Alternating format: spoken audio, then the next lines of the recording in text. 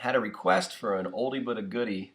This is a song called England to Austin, and it's got some kind of fun hammer-ons and scales to play that are mixed in. You know, one thing I do a lot since I play solo mostly anymore. I used to play with my buddy Matt Harrison a lot, but now playing solo, you know, I try to like add little accents to the chords, so there's some interesting notes, scales, things like that mixed into the rhythm. So let's see a couple things here. So this is England to Austin, and it's coming from my album North of 80. At least I think it's on North of 80.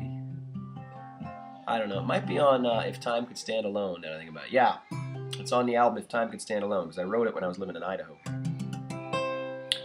And I think I recorded it capoed 5th fret, but it's out of a G. There's going to be a G, there's going to be a C, and there's going to be a D. And in this song, you'll see, watch that, I mentioned it in a previous video, I really like to wrap my thumb around Richie Havens style and get that, it'd be an F sharp note as part of your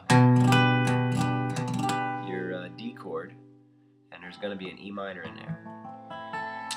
Now watch, there's all kinds of hammer-ons going on in here, and before I explain the hammer-ons, I just want to make sure you learn your basic scale. So like out of G, you know, let's see, we're going to need it.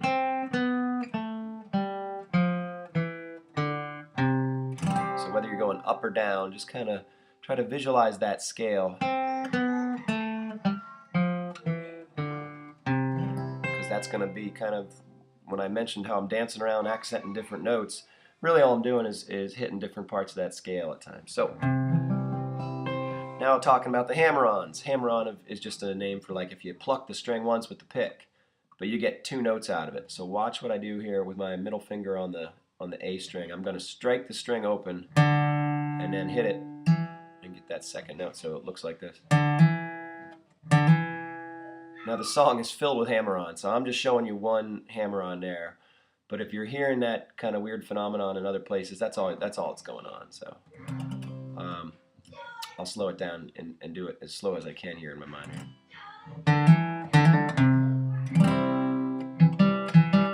Here comes that scale thing.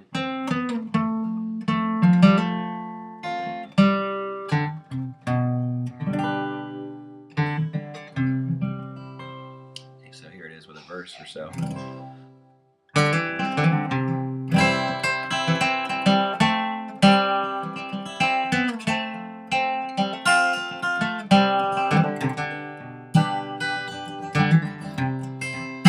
I used to be rich, I used to have money, I could buy happiness, or so it did seem.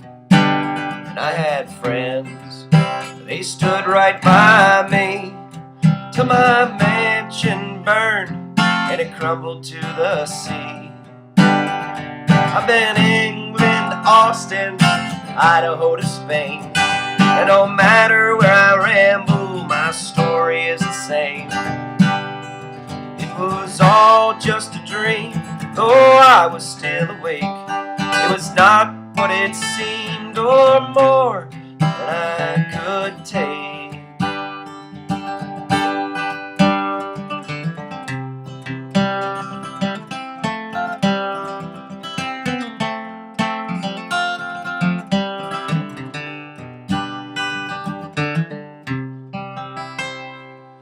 So I apologize for the Saturday morning rough voice going on here. A little coffee will fix that. But that's the basics of it. Like I said, it's pretty much 3-4 chords. Shoot me a message if you have any questions. Have fun with it.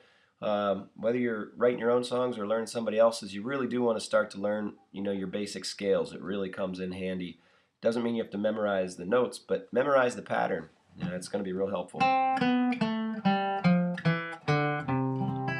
Notes are going to come in handy. All right, keep the requests coming, and I'll keep posting these videos.